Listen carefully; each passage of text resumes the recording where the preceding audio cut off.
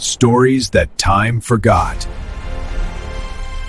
No one suspected that the vibration of a mobile phone on a glass table at 3:47 in the morning would signal the beginning of a $6 billion collapse.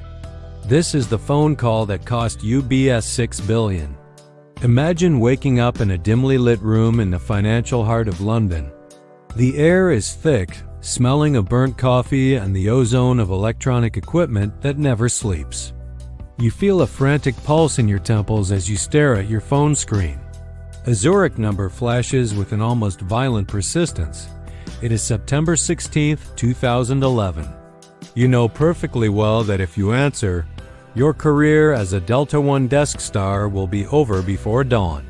But if you ignore that call, if you simply let the silence swallow the ringing, you might have one last shot to fix the disaster you have hidden for months in the shadows of the bank's servers. You close your eyes and remember your arrival in the city. Kweku Adoboli, the young prodigy born in Ghana, educated in British boarding schools with the rigor of sports discipline. You feel the pride of graduating with honors from Nottingham and the adrenaline of your meteoric rise at UBS. You were the man of mathematical precision, the analyst who checked every order 3 times under the fluorescent office lights. But behind that methodical facade beats a visceral fear of failure. To you, a loss is not a statistical data point, but a personal humiliation. That is why, when the first cracks appeared in your balance sheet in late 2010, you decided to create the Ghost Book, an invisible digital structure where losses simply vanish. You pace through your Canary Wharf apartment, listening to the distant hum of London's night traffic. Your mind rehearses the mechanics of the fraud. You use the global reconciliation system to divert red ink towards structured product accounts that no one scrutinized. At first, it was only $300,000, an insignificant figure in the bank's ocean of liquidity. But the mathematics of deception is a quicksand trap. To cover every dollar lost, you needed to bet 2, and to cover those 2, you needed 4. The chill of the office air conditioning seems to follow you home as you realize you have become a martingale gambler in the largest casino on the planet. The memory of August 9, 2011 hits you like a blast of freezing wind. That day, the London sky was overcast and rain lashed against the windows while global markets disintegrated following the downgrade of the United States credit rating. You feel the cold sweat on your hands again as you watch the Euro Stoxx 50 index plummet. In a single hour, your official portfolio loses $120 million, but your ghost book is already hiding a hemorrhage of $480 million. At that moment, the smell of the leather in your office chair becomes suffocating.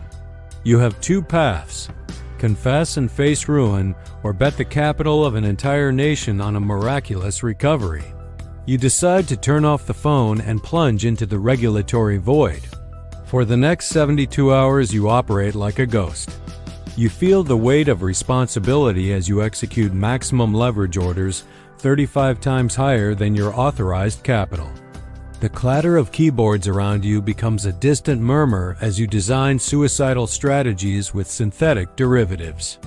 On August 11th, you attempt to sell put options en masse, hoping calm returns to the market, but volatility explodes with the force of an electrical storm. Losses reach $900 million and the risk system finally triggers its first red alert. The early hours of September 16th are the point of no return. The phone continues to vibrate, one missed call after another, while you use stolen credentials to manually silence the regulatory compliance alarms. You feel the absolute loneliness of someone who knows they are operating outside of reality.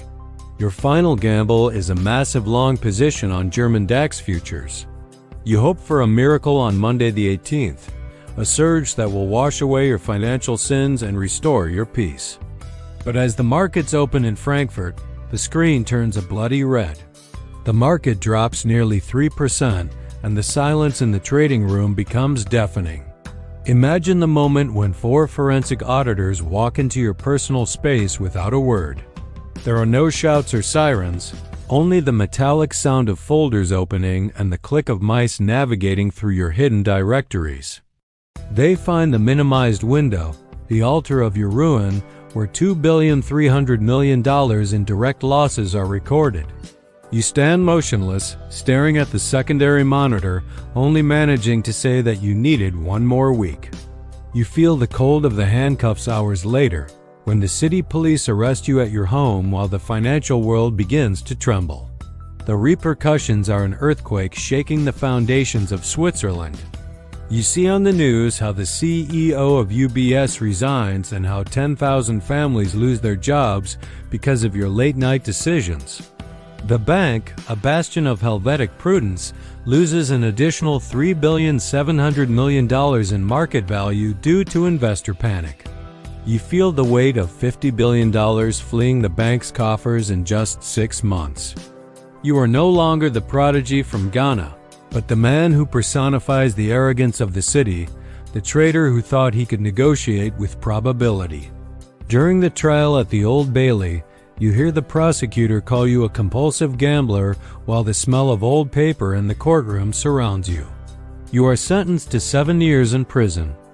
In your cell, the silence is very different from that of the trading floor. It is a silence heavy with remorse and mental calculations that are now useless. You write letters to the Financial Times trying to explain that you weren't seeking money for yourself, but to save your reputation. But the reality is that time, instead of healing your wound, infected it until it destroyed your life. In 2016, you are deported to your country of origin. Today, regulations have changed and biometric systems exist to prevent others from following in your footsteps. However, the pressure for constant gains remains, pulsating in every Bloomberg terminal in the world. Imagine you are a young trader today, feeling that same anguish over a loss you cannot explain. The temptation to hide the error, to turn off the phone and wait for a miracle, remains the most dangerous crack in the entire global financial system. Because in the end, the greatest loss was not the money, but the belief that you could beat time. If you held a decision in your hands that could save your honor but risk the stability of thousands, would you turn off the phone to attempt one last miracle, or would you accept immediate ruin? Like and subscribe to discover more stories time forgot.